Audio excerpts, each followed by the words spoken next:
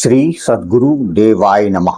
भाइयों बहनों, सोचिए, जिस इंसान ने बचपन में माता पिता का साथ खो दिया, जिसने मेहनत करके अपना जीवन बनाया, दुबई में नौकरी पाई और फिर कोरोना में वही नौकरी चली गई। भारत लौटने के बाद विवाह हुआ, लेकिन घर में शांति की जगह कलह और तनाव बढ़ता गया। ऊपर से लगभग 3 साल तक कोर्ट केस की चिंता। रुद्र कहते हैं कि वह भीतर से टूट चुके थे। तभी उन्हें सीताराम नाम का सहारा मिला। नाम जप हुआ और धीरे धीरे मन बदलने लगा। पूरा 3 साल का केस समाप्त हुआ। क्या यह केवल संयोग था या नाम में छिपा विश्वास? पूरी कथा जरूर सुनिए। वही कथा यदास आज सुनाने जा रहा है। इस कथा को पूरा जानने के लिए इस वीडियो को आखिर तक अवश्य देखिएगा। इसके साथ ही राधा नाम की महिमा की सच्ची कथा सुननी हो तो हमारे दूसरे चैनल अच्युत प्रभा तथा भक्त और भगवंत को जरूर देखें। मेरा नाम रुद्र है। मैं उड़ीसा का रहने वाला एक साधारण व्यक्ति हूं। आज जब मैं पीछे मुड़कर अपने जीवन को देखता हूं तो मुझे महसूस होता है कि संघर्ष मेरे जीवन से कभी दूर रहा ही नहीं।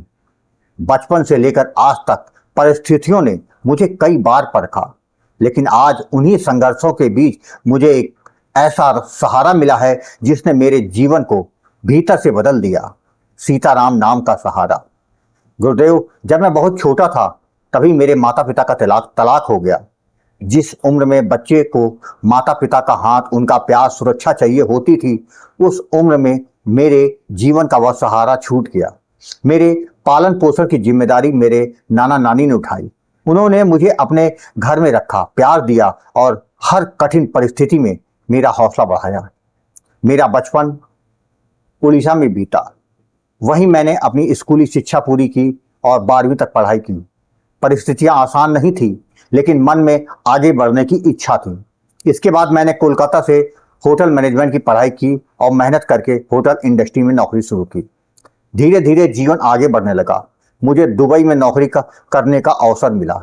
मुझे लगा कि शायद अब मेरे जीवन में स्थिरता आ जाएगी, बचपन का संघर्ष पीछे छूट जाएगा और अब मैं अपने भविष्य को एक नई दिशा दे पाऊंगा। लेकिन जीवन हमेशा हमारी योजनाओं के अनुसार नहीं चलता। साल 2020 में कोरोना की महामारी आई और मेरी दुबई की नौकरी चली गई। जिस रोजगार के सहारे मैं अपने भविष्य के सपने देख रहा था, वही अचानक समाप्त हो गया। मुझे भारत वापस आना पड़ा। एक बार फिर जिंदगी मुझे उसी मोड़ पर ले आई जहां से मैंने संघर्ष करना सीखा था। भारत आने के बाद नाना नानी ने मेरी शादी कर दी। मेरे मन में एक नई उम्मीद जागी। मैंने सोचा अब शायद जीवन में एक साथी मिलेगा, घर में प्रेम होगा, मन को शांति मिलेगी और जिंदगी एक नई शुरुआत करेगी। लेकिन विवाह के बाद परिस्थितियां और अधिक कठिन होती चली गई। घर में छोटी छोटी बातों पर विवाद होने लगा। तनाव बढ़ता गया। गुस्सा, कलह और मानसिक परेशानी ने धीरे धीरे मेरे मन को घेर लिया। मैं बाहर अपनी जिम्मेदारियां निभाता और जब घर लौटता तो कई बार घर का वातावरण देखकर भीतर से टूट जाता। स्थिति इतनी बिगड़ गई कि पत्नी के परिवार की तरफ से कोर्ट केस की धमकियां मिलने लगी। जिस व्यक्ति ने बचपन में माता पिता का साथ खोया हो, जिसने अपने पैरों में खड़े होने के लिए संघर्ष किया हो, उसके लिए अपने ही परिवार में रोज तनाव, अशांति का सामना करना कितना कठिन होता है, इसे वही समझ सकता है जिसने ऐसी परिस्थितियां देखी हो। कई बार मैं अकेला मंदिर चला जाता था, भगवान के सामने बैठता और मेरी आंखों से आंसू निकलने लगते। मन में कोई बड़ी मांग नहीं होती थी, बस एक ही प्रश्न होता है, हे प्रभु, आखिर मेरे जीवन में शांति कब आएगी? मैं किसी से लड़ना नहीं चाहता, मैं किसी का बुरा नहीं चाहता। मैं केवल इतना चाहता था कि मेरा घर बच जाए, मेरा मन शांत हो जाए और मैं सामान्य जीवन जी सकूं। इन्हीं कठिन दिनों में एक दिन मैंने गोकुल भवन अयोध्या चैनल पर गुरुदेव आपका एक वीडियो देखा, राम नाम के प्रताप का। वीडियो के शब्द मेरे मन को छू गए। ऐसा लगा जैसे कोई मेरे भीतर चल रहे दर्द को शब्द दे रहा हो। जिस बात को मैं किसी से कह नहीं पा रहा था, वही बात मुझे उन शब्दों में सुनाई दे रही थी। वीडियो देखने के बाद मेरे मन में थोड़ी शांति मिली।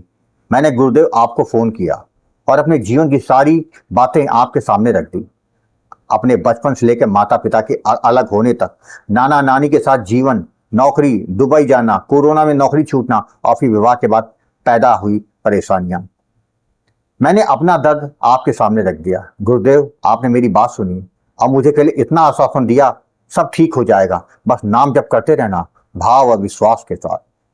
गुरुदेव, आपके ये सब उस समय मेरे लिए किसी सहारे से कम नहीं थे।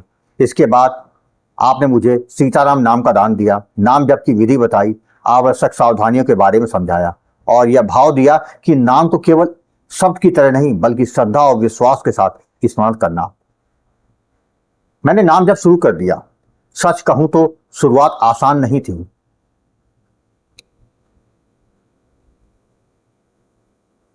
मैं बैठता था लेकिन मन इधर उधर भागने लगता।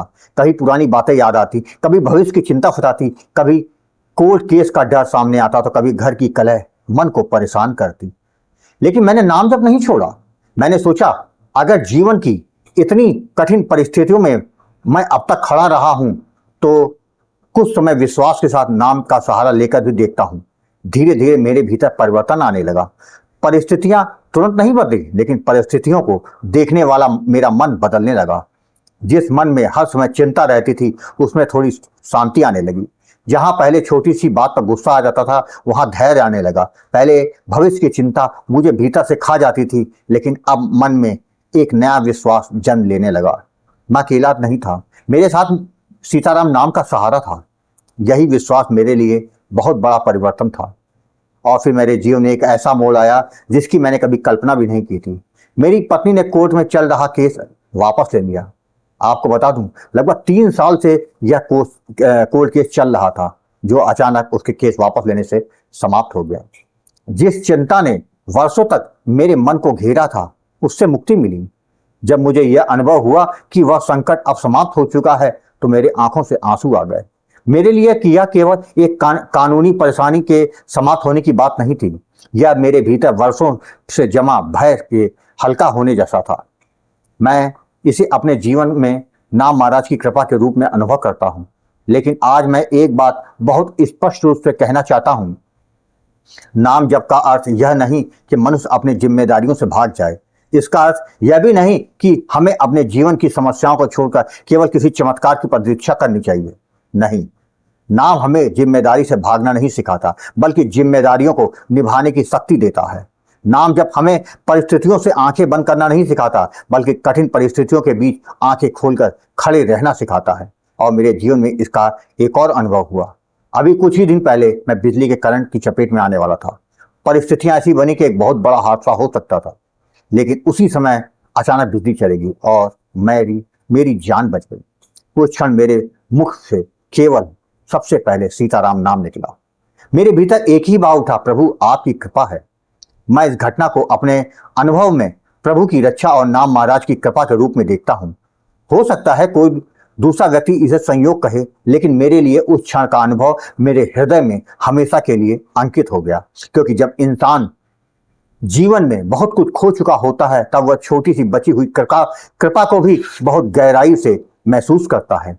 आज जब मैं अपने जीवन की ओर देखता हूं तो मुझे लगता है कि संघर्ष तो मेरे जीवन में बचपन से ही था। माता पिता का अलग होना, नाना नानी का सहारा बनना, अपने पैरों पे खड़ा होना, दुबई की नौकरी, कोरोना में रोजगार जाना, भारत वापस, विवाह के बाद घर में अशांति और 3 साल तक कोर्ट केस, इन सब के बीच बार बार टूटता हुआ मन। लेकिन शायद इन सब घटनाओं ने मुझे धीरे धीरे उस दरवाजे तक पहुंचाया जहां मुझे सीताराम नाम का सहारा मिलना था। आज मुझे समझ आता है, कभी कभी जीवन की कठिनाइयां हमें समाप्त करने नहीं आती, वे हमें भीतर से जगाने आती हैं। जब संसार के सहारे कमजोर पड़ते हैं तब मनुष्य प्रभु के सहारे को खोजता है, और जब मन सच्चे भाव से प्रभु का नाम पकड़ लेता है तब उसके भीतर एक ऐसी शक्ति जन्म ले सकती है जो उसे पहले से अधिक धैर्यवान बनाती है। इसलिए अगर आज कोई व्यक्ति मेरी तरह परेशान है, अगर उसके घर में अशांति है, नौकरी चली गई, कानूनी परेशानी चल रही है, कुछ भी हो, हार मत मानना। अपने कर्तव्य निभाते रहिए, आवश्यक प्रयास करते रहिए, जहां जरूरत हो उचित सलाह और सहायता लीजिए, लेकिन अपने मन को भगवान के नाम से जोड़ दीजिए। कल्याण कल्याण वो होकर रहेगा, ये मेरा विश्वास है। जय जय सीताराम, जय जय सीताराम। भाइयों बहनों, आपने देखा, जब हमारा प्रभु के नाम पर विश्वास बढ़ जाता है तो जीवन में आनंद बढ़ जाता है। अगर आपको यह वीडियो अच्छा लगा हो तो कमेंट में जय जय श्री सीताराम लिखना मत भूलिएगा। अगर आपके पास भी राम नाम का कोई भी अनुभव हो तो उसे हमारे पास भेजिए। उस पर वीडियो बनाकर अपने चैनल में अवश्य डालूंगा, जिससे दूसरे लोग भी नाम जप के महत्व को समझ सके। अपना अनुभव आप व्हाट्सएप पर भेजें, जिसका नंबर वीडियो के डिस्प्ले पर दिया हुआ है। जय जय सीताराम।